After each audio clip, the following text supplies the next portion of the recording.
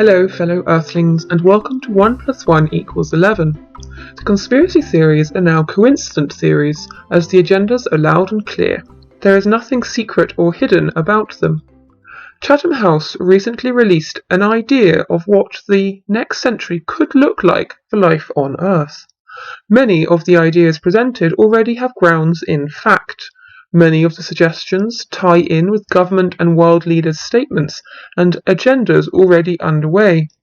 We start off with a little drive down a rather grey London road and arrive at Piccadilly Circus. It's interesting that the famous Piccadilly screen is showing the image of a lady coughing, NHS adverts describing the symptoms of COVID, and official government advice such as to take a test and self-isolate. As we step forward into 2021-2035, the dull grey environment of London Piccadilly Circus transforms into a brighter, greener environment. Grass and trees appear, a small robot vehicle, like R2-D2 from Star Wars, drives past. Drones hover above the fountain. There are no cars, as Piccadilly has become a nature-friendly pedestrian zone. We are told that the chaos of traffic has been replaced with the sound of children playing in the play zone, mingling with the birdsong and music. Note the word play zone rather than playground. Does this mean children are only allowed in certain zones? Wildlife columns and facades are constructed to encourage insect and bird life and absorb CO2. Piccadilly Circus is now called Nature's Circus. The flora columns and walls are watered by an integrated filtration system connected to the Eros water fountain. Fruit and vegetables are now grown organically on site, which reduce transportation and pollution. So what will happen to Monsanto and other agro companies if everything is now organic? There are now higher taxes on fast food and high sugar drinks. Is this why the Coca-Cola company is now buying up kombucha companies? Similar to the World Economic Forum, no meat is promoted. Vegan food stalls are described as serving cutting-edge meat alternatives and experimental foods. In vitro kebab, bio sushi, and Grub's pizza are presented. What exactly is in experimental lab-grown food and meat? Although vegetarian, I can't say I'm tempted to eat any of those. We are told we can order any food within minutes with drones and AVs, but this is described as a sterile and impersonal experience, which is why food stalls and pop-up trucks were introduced, to focus on sustainability and community. There also appeared to be multiple solar panels above the food stalls. The Eros fountain was reinstated so that the public would have access to free drinking water. It is promoted that the fountain is an alternative to less healthy drinks, which is part of the drive to tackle obesity and reduce sugar consumption. A fully circular water sanitation and recycling system is in place. It connects the fountain to local public toilets, as well as the food irrigation system. All wastewater is treated on the spot to provide clean drinking water to the public, as well as nutrients and water for the on-site rooftop greenhouses. So basically, the drinking water is recycled sewage water. Are they perhaps using Bill Gates' poop water system? The Good Eats department store only accept Care Pounds, a government-certified cryptocurrency that is earned through social contributions and caring for the elderly. In other words, a cashless society where this cryptocurrency is a reward for looking after the elderly population and performing good deeds in the community. This is the implementation of a social credit system. But what happened to the NHS or healthcare system? Why are the general population having to look after the elderly? Once again, there is a photo of a lady wearing a mask. Does this mean that masks will be being worn in 2035? The World Economic Forum is not the only company to release a smart mask, having invested millions, if not billions, into these new devices. Does that not mean they're here to stay? The next idea in this Futurescape is the introduction of a 4-day working week. Does this mean that you officially work 4 days and then have a 3-day weekend to earn crypto care pounds by looking after the elderly or helping out the community. The reasons for the 4-day week are due to drones, machines and robots taking over certain roles. This of course means that many jobs will be redundant. More people will be working from home and many offices around Piccadilly Circus have been repurposed. One could think that the recent lockdowns were just the beginning to get people used to working from home. It also saves businesses the cost of renting offices. The strange thing, however, is that the green hub of Piccadilly Circus appears very empty. Where are all the people?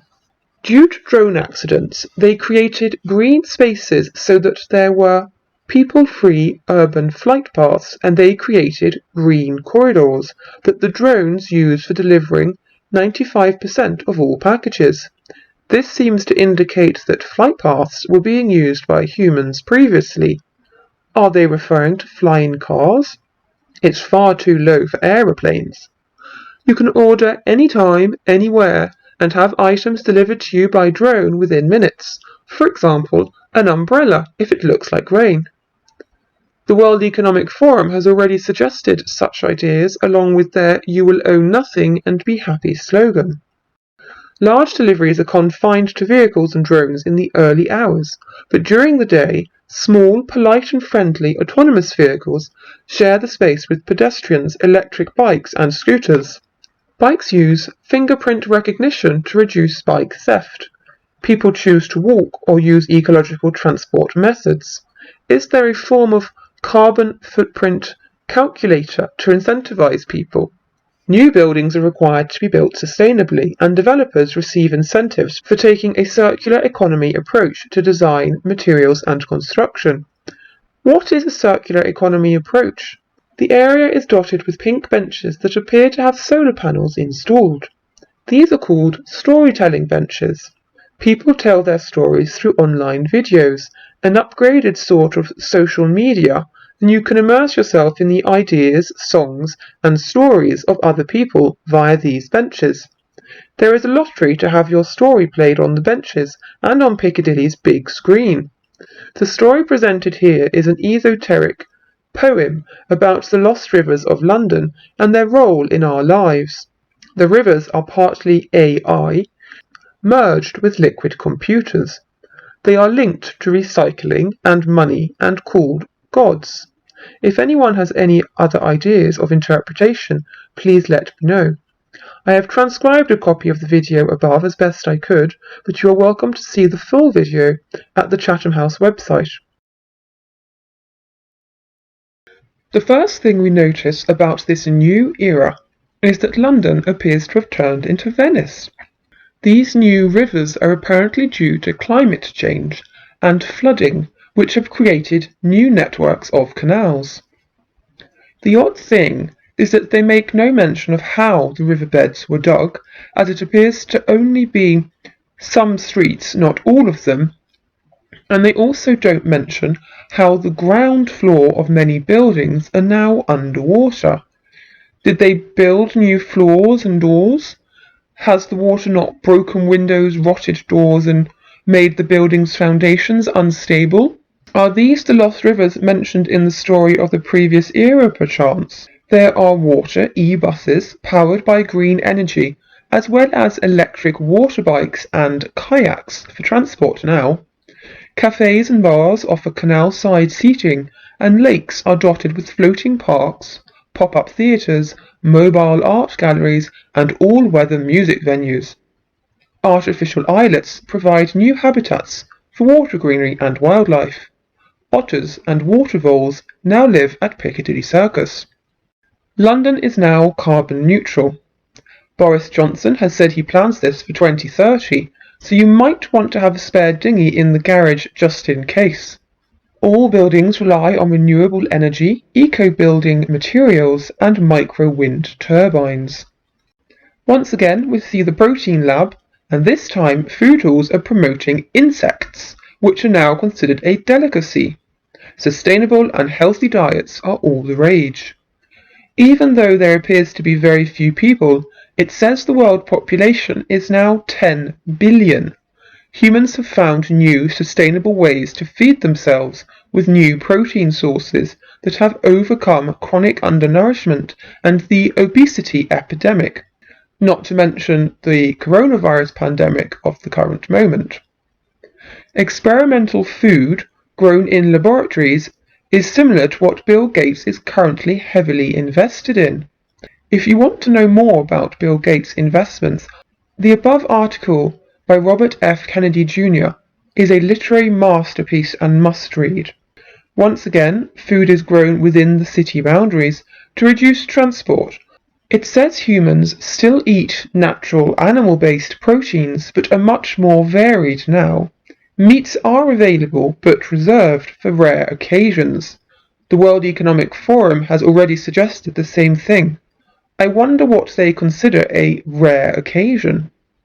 The circular economy is again referenced. It appears consumerism has been transformed. Items are now creatively upcycled, upgraded, or exchanged. It says that because items are upcycled and repaired, this makes them unique and original pieces, which is what people want. Obviously, this means many clothes shops and manufacturers will go out of business. I wonder which ones will be left. Obviously, having 4 new collections per year cannot be sustainable. The above is just a small snippet of the amount of companies that went bust during the lockdowns of the last year. How many more will close their doors when new regulations of sustainability come into play? Holographic light displays are the latest technological entertainment, similar to the 3D hologram adverts already in use today. Street entertainers mix their performances with holograms. Holographic figures step out to promote the latest films and lifestyle trends. Another technological advancement is the virtual traveller holiday centre.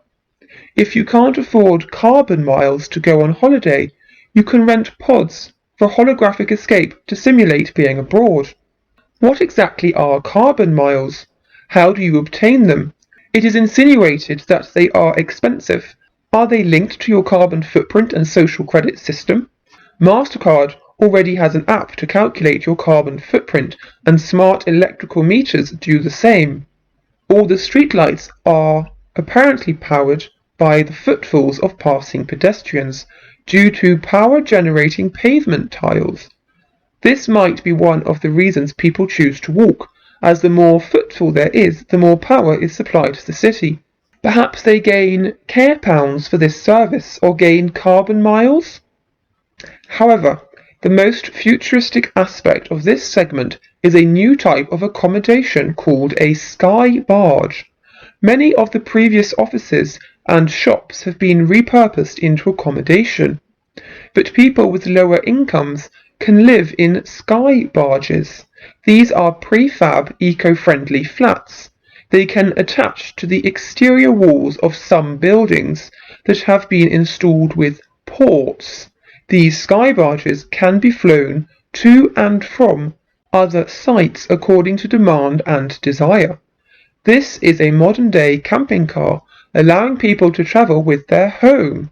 It is also a flying vehicle of some sort. In the previous segment, they mentioned non-human fly areas and drone accidents. Were they referencing potential accidents between flying vehicles such as the sky barges and drones? Here is where we start to see dramatic changes to society. The city and buildings are now incredibly green, intermingled with rivers. Local organic food is grown in the city using aquaponic and aeroponics systems and rooftop gardens. The protein lab is still present. Healthcare has been transformed by technology. Humans are now resilient to disease and viruses.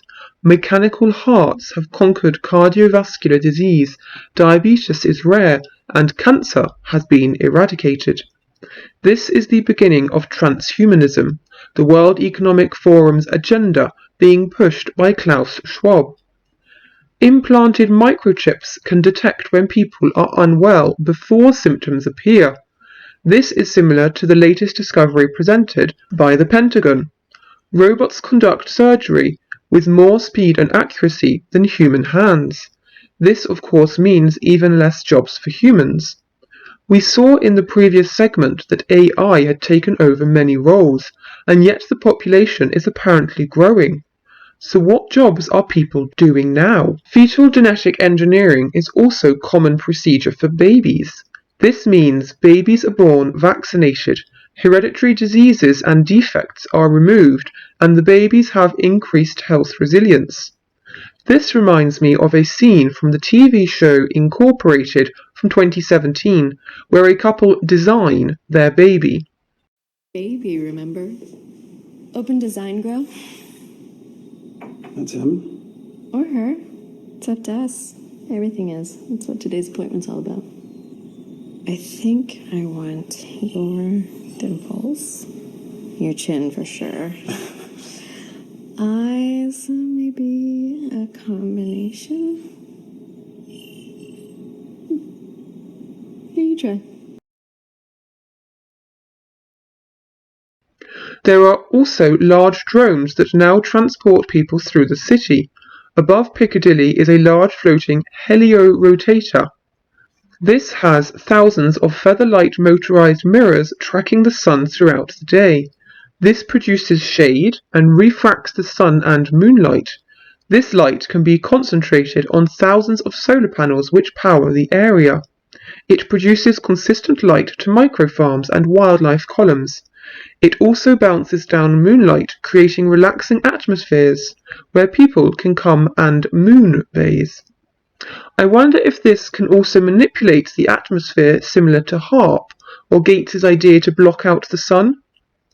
The helio-rotator can also be rented for special occasions or events, although I imagine it is very expensive and only a select few can actually go there. Finally, we are presented with an incredibly interesting mural. There is a new world religion called Earthism. A sanctuary and pilgrimage have been built for the followers of this religion, although it sounds more like a cult. Followers of Earthism aim to attain enlightenment through connecting with and protecting all forms of nature. They believe the most important role for human beings is to support the ecology of the planet. The Earth Sanctuary is a place for Earthists to congregate and coordinate local rewilding projects, biodiversity, and monitoring. This sounds like the green agendas being pushed rather than individuals respecting nature and seeking spiritual enlightenment. They do not mention spirituality or soul-searching and personal development. There is no reference to God or a higher power, only saving the planet from humans. Giving people a real stake in the economy and putting well-being before growth. And that's all about getting the right people in the right place at the right time. We must rebuild our relationship with nature for the survival of the peoples and our planet. We have a window of time which is closing, and we need everybody who cares to get together and find solutions now. Up until this point, all the ideas promoted are currently in development or available, even though maybe not yet implemented. Everything is already in the pipelines, and we can see that this is a pre-planned roadmap. However, 2090 takes things to new levels which seem completely impossible. The first thing we are introduced to are holidays to the moon and a new life on Mars. The moon is now a popular destination for weekend breaks and also for people with limb pain and mobility difficulties. Due to reduced gravity, there are holistic spas with therapy robots. There is a marketing campaign promoting life on Mars to encourage young professionals to immigrate for 5 years for research purposes. People already live there and are apparently having children on Mars. Similar to the current Mars One Human Settlement on Mars program. One of the most interesting comments is the UN's 2052 Intergalactic Treaty paved the way for international cooperation in space exploration and tourism. So, who was this intergalactic treaty made between? Are they saying that other life forms have been communicated with? Have aliens been confirmed? The fashion industry has once again evolved and incorporated AI technology. New clothes are now an environmentally friendly nanoblend and color morphology item, which means its color, cut, and style can change shape. Using health data, body temperature, and environmental factors, the jacket can adapt to outside temperatures, stitching in thermal layers, adding waterproof linings, or shedding layers to become lightweight. It can also adapt to your changing body size, which means you only ever need to buy one. It can also self-repair, apparently. The continuation of this AI technology is the introduction of the Piccadilly Polygon. This is an AI building that can shapeshift to accommodate different audiences. Its layout can adapt to weather conditions, offering open air or covered seating. Its size can change due to the number of tickets sold. It can also capture data on reactions and attention of audiences, such as the volume of clapping or how much people fidget in their seats. This building can be used for plays, performances, and sporting events. So what have we learnt from this promoted idea for the future? Well, practically everything already exists or is in creation. This future is not as impossible as it once might have seemed. Now, to be fair, many of the ideas have great merit, but the real question is, who is promoting these ideologies? Is it really for the betterment of the common man and woman? And what lengths would these people go to achieve their goals? This has been planned for many years. Thank you for listening. It doesn't matter if you woke up 20 years ago or in the last 5 minutes. We must all stand together and say no to their planned re-engineering of life on planet Earth.